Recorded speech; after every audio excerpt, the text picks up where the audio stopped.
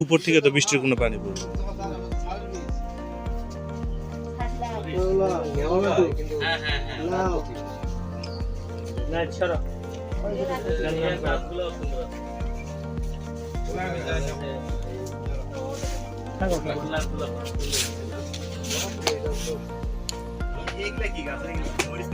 মরিচ মরিচ মরিচ আছে, টমেটো আছে।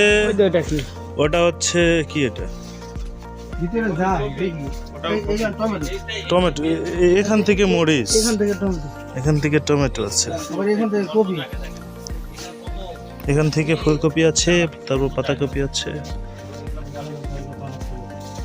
তুলতে মনে সুবিধা হবে না। একটা করে একটু।